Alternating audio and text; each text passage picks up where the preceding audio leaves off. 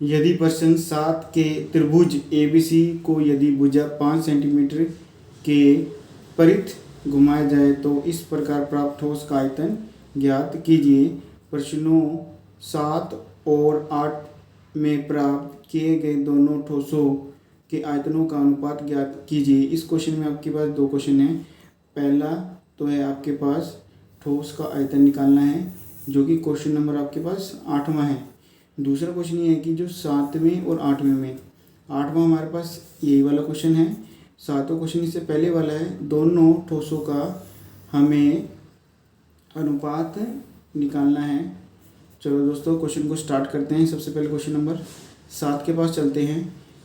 हमें कहता है कि 5 सेंटीमीटर के परितः भुजाओं से उसको घुमाना है। लेकिन क्वेश्चन नंबर 7 में देखो क्या कहता है। जो क्वेश्चन नंबर 7 था आपके पास वह है 12 सेंटीमीटर के परितः भुजाओं को घुमाने का था। तो हमें इसको घुमाना है यहाँ से, यानी कि ये ऐसे करके घूमेगा। तो इसी डायग्राम को मैं एक बार और बना लेता हूँ। यहाँ पर ये कुछ ऐसे करके हैं। अगर आपको क्वेश्चन नंबर 8वां अच्छी तरह से समझना है तो क्वेश्चन नंबर 7वें की पूरी वीडियो आपको देखनी होगी। तो यहाँ पर हमारे पास था 12 सेंटीमीटर, यहाँ हमारे पास था 5 सेंटीमीटर और यहाँ हमारे पास था 13 सेंटीमीटर। क्वेश्चन आपको कहता है कि भुजा 5 सेंटीमीटर के परितः घुमाया जाए, यानी कि ये आपके पास यहीं का यहीं रहेगा, ये ऐसे की तरफ घूमेगा। तो हम इसको बना लेते हैं कुछ ऐसे करके। तो ये जो हमारे पास घूमेगा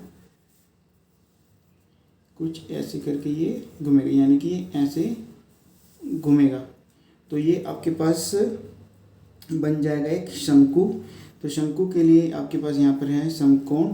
तो समकोण के सामने वाला हमेशा हमारे पास रहता है कर्ण।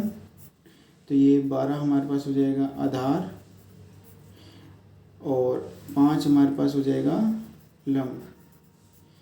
जो आपके पास जो ठोस घूम रहा है ऐसे करके घूम रहा है, तो 12 सेंटीमीटर आपके पास हो जाएगी त्रिज्या और 5 सेंटीमीटर हो जाएगी आपके पास शंकु की ऊंचाई और 13 सेंटीमीटर हो जाएगी आपके पास एल का मान, शंकु की तिर्यक ऊंचाई। यानी कि हमारे पास आर का मान आ गया है 12 सेंटीमीटर और एच का मान आ गया हमारे पास 5 सेंटीमीटर। तो हम निकालेंगे शंकु का आयतन या ठोस का आयतन। तो हम लिख रहे हैं यहाँ पर शंकु का आयतन, हम इसको लिख सकते हैं ठोस का आयतन।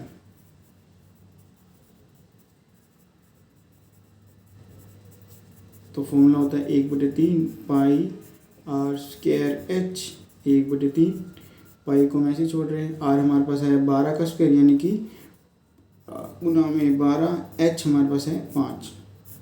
3 एकम 3 चौके, यानी कि पाई गुना में 5 चौक 20, 20 को 12 से हम गुना करेंगे तो हमारे पास आ जाएगा 240, यानी कि 240 पाई सेंटीमीटर क्यूब आपके पास हो जाएगा ठोस का आयतन। फिर आपको कहता है कि क्वेश्चन नंबर 7वें और 8वें का आपको ठोसों का अनुपात निकाल के बताना है। यानी कि सबसे पहले हमें आयतन पता होना चाहिए। तो हम इसको लेते हैं A2 और क्वेश्चन नंबर 7वें को ले लेते हैं A1। A1 की वैल्यू हमारे पास आई है 100 पाई और A2 की वैल्यू हमारे पास आई है 240 पाई। तो A1 भाग में हमारे पास होगा A2 बराबर हो जाएगा 100 पाई भाग में 240 पाई। पाई से पाई कट जाएगा, 0 से 0 कट जाएगा, 2 पंजे 2 एकम 2 दूनी, यानी कि हमारे पास अनुपात आ जाएगा A1 अनुपात A2 बराबर मेरे पास जाएगा 5:12 के। यही है आपका उत्तर।